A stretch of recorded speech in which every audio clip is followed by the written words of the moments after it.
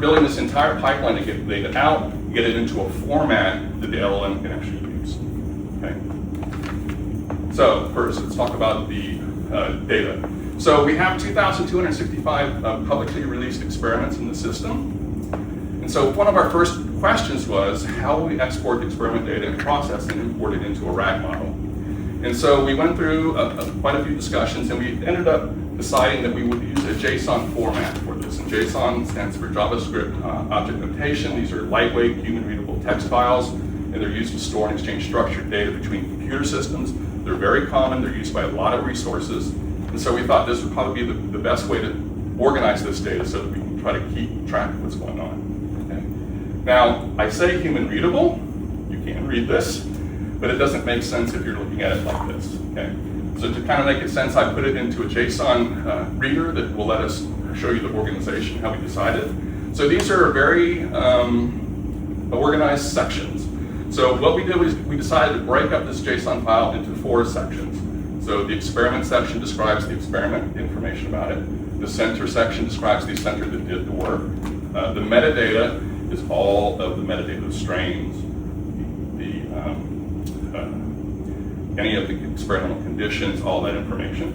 And then the actual raw data itself has its own section. So for example, if we look at the experiment, we can see for this particular experiment, we have our experiment ID, our name, our description, the investigator who the experiment belongs to, and then the institution where that person is, and then the age of the animals for the data that was collected.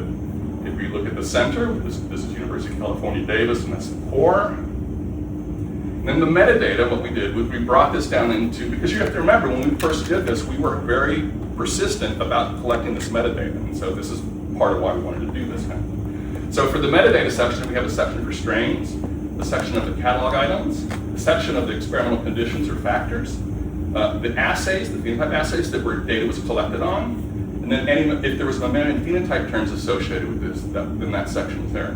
So for example, if we look at the strains, we can see here's a particular strain, C3HHEJ. We have a little brief description of it. You can see that there were 16 total animals, 8 male, 8 female in this particular data set. And for this strain, it was a genetic modification of ATP7B. We include the entree gene in it, as well as the link back to entree gene. So if the bot wants to go, we can go find out more information about it.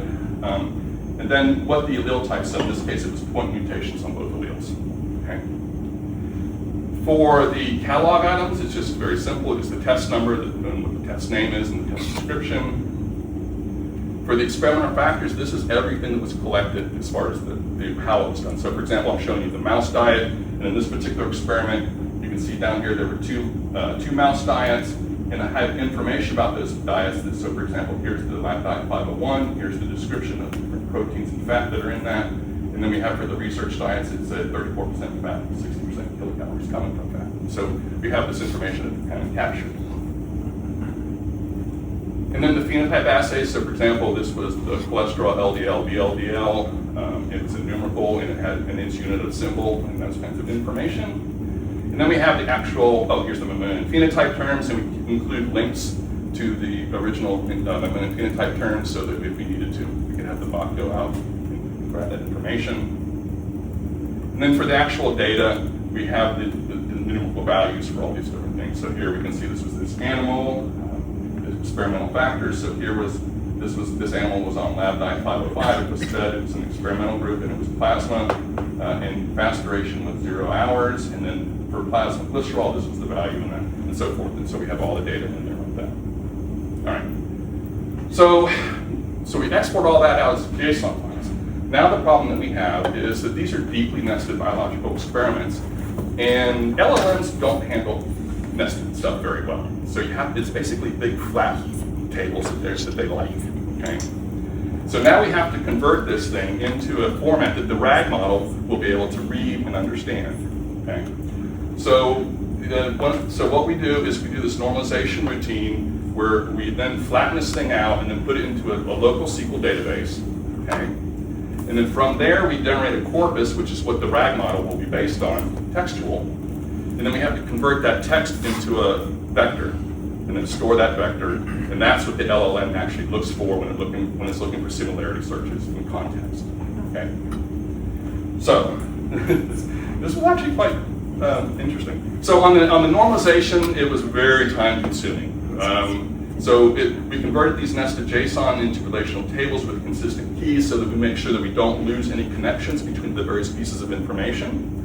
And we needed to enable these strict filters and joins because the eventual search that we're going to do is going to be a hybrid search between the SQL and a semantic search, and then we're going to merge these two things together in order to get the output. Okay. But when we did our first, so I told you we had 2,265 files. While we were building the pipeline, we decided we're not going to try to do the entire thing. Let's just grab roughly 10%. Let's take 200 JSON files. And what we're going to do is we're going to select those JSON files so they have a lot of heterogeneity. So some have lots of data and lots of it, and some have a little fewer. And so we had to kind of spread it out because we wanted to kind of get an idea of how this was going to work. Okay. So our first JSON files for normalization took 48 plus hours to do that. That is not going to work when we start doing 2,265 files. So our solution to this was to build a parallel processing algorithm that uses the AU high performance compute cluster in order to speed this thing up. Okay. So the way this works is we have our JSON files. They get uploaded into the HPC environment, and then Neil's code writes a scheduling process that then splits the task up into various chunks and sizes. And then each chunk gets sent to its own processor, its own thread. And it's independently working for each of those chunks. And then each of these partial results then get merged into a final result that then gets inserted into the SQL database. Okay. So how did that help? Well, it helped considerably. So here is looking at the parallel processing. We did a test run on 207 JSON files. And the chunk size here refers to the number of JSON files, right? And we used 20 threads, 20 worker threads, so that's 20 processes, okay? And so, for example, you can see even down here on the one, that is processing one file sequentially, which is what was happening on the original JSON files, where it was the 48 hours. But instead of having one process, one thread per file, I have 20 threads per file, okay? And basically, I go from 48 plus hours down to about 3.5 minutes.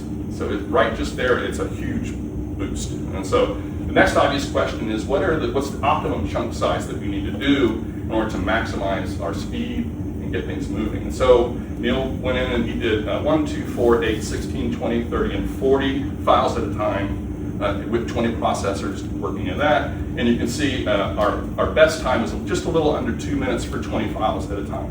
And so that's where we decided. So that's what we're going to do from now on. And that sped up things considerably. So instead of 48 plus hours, it's down to less than 2 minutes. So that was a big time savings. What about the quality of the analysis? What's that? The quality, the time, Oh no, he's done everything to make sure that everything's maintained correctly. So he goes in and then checks the original versus what's been in the SQL to make sure that everything is identical. And everything is identical. We're not missing anything. No. Sorry, Dan Ford is asking, have you looked at .json file types because it can be read and written line by line without loading? You can type it out into memory. Well, we're not loading the JSON file all into memory, and now that we've solved it, we're going to just deal with what we have because we're going to create the corpus from the SQL database. That's basically how it's going to work. Okay. So basically, like I said, the other part of this is now that we have it into the SQLite, now we use a corpus construction, and this corpus is what the LLM is actually looking against. Okay, and so how you build that can be quite different. And so what we ended up doing, we use Apache Parquet for our corpus construction. It's a very common open source system. It's a columnar storage file, so it's very efficient in storage and performance. So it's a compressed format, but it's also a high performance format. So that's what we decided to do it. For the embedding model, we are using this BAA BGE base in version 1.5. This is a very common embedding model. It's a top tier retrieval accuracy, and it's highly fine tunable for scientific data, and that's partly why we chose it. Okay. And then for the vector database, we're using the FAST index, which is from Facebook for storage and vector embeddings, and it's a very lightweight, highly optimized, and it's very fast in-memory engine for semantic searches. And And so that's basically where we get to the point. Now once we have this FAST index, this is what the LLM is going to be searching against for similarity searches in semantic context and things like that. So just to give you some numbers for the retrieval pipeline, it performs a recursive semantic chunking with overlap between embeddings because the LLM doesn't understand text. It's looking at vectors, okay? And so we have to do this embedding. And so the chunk size that we chose was 320 tokens with a 50 token overlap. So we have 320 tokens, and then the next chunk will be like that. It'll be overlapped. There'll be a 50 token overlap between those two chunks. And the reason we're doing that is because we want to maintain consistency across the various aspects of the experiment, because we don't want to lose the connections, okay? So it's a recursive semantic splitting with overlap, and the chunk levels, so the embedding granularity is at the chunk level instead of the experiment level. And so our initial statistics for the 2,265 experiments, we ended up with 8,801 semantic chunks generated, with average chunk per experiment being 3.89, with an average chunk length of 274.7 tokens and a maximum chunk length of 329. Now that might sound kind of strange, but the reason we are using 320 is because that particular embedding model has a 512 token context limit. So the chunk size has to be less than 512 tokens. Okay. So we ended up generating the embeddings per chunk rather than per experiment. We store these chunks in the metadata, link back to the parent experiment. It builds the index over the chunk embeddings, it retrieves chunks during RAG instead of full experiments, and then it aggregates the retrieval scores back to the parent experiment level. And this should improve overall retrieval recall, grounding quality, and scalability. Okay. Now this is where we're trying to figure out how to do the retrieval itself. And so we decided to do a hybrid retrieval where you have the user query that goes through a SQL filtering for specificity, but then we go through a vector search for semantic context and that kind of thing. And at the end, we merge these two things together to try to rank this information, okay? And then that gets tied into our RAG answering model with the LLM. Currently, we are using ChatGPT 4o Mini, but we will be evaluating a number of other LLM models to try to understand the impact that will have on the actual overall performance. And so up to date, right now, we have finished. So we wrote all this in Python. So we have finished up to this point, the load, the normalization, the corpus, the embedding, the retriever demo. Now we're in prototyping for filtering search in the chat itself. And now we're just doing testing to make sure that we can figure out exactly how to make this work in a nice, efficient way. And then once we have all that done, then we're going to start to recruit all the PIs in MMPC to help us evaluate the quality of the outputs and things like that. One of the things that we want to test is, like I said, we're going to test the different back-end models.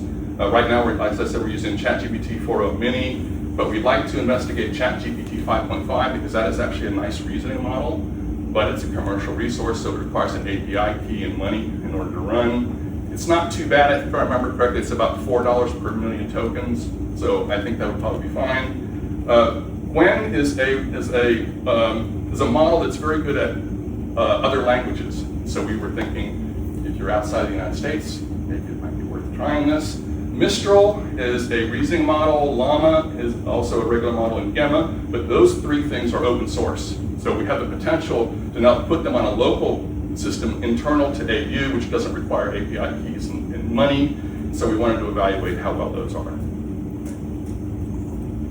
And then after all this, we start looking at evaluation and validation. We're looking at precision, recall metrics. We're also going to look at retrieval quality. And there's a number of metrics that you can do. But I think probably it's going to be a combination of the metrics. It's also going to be a combination of working with the PIs to look at the various outputs and making sure things look right. And believe it or not, you can actually have an AI agent that evaluates your whole RAG model. And so we're probably going to do a combination of all of these things to try to make sure, because what we don't want hallucinations. We want as accurate and complete outputs as possible and those kind of things. And so that's the next step, is to try to start doing the evaluation and the validation of all these. And I think that's it.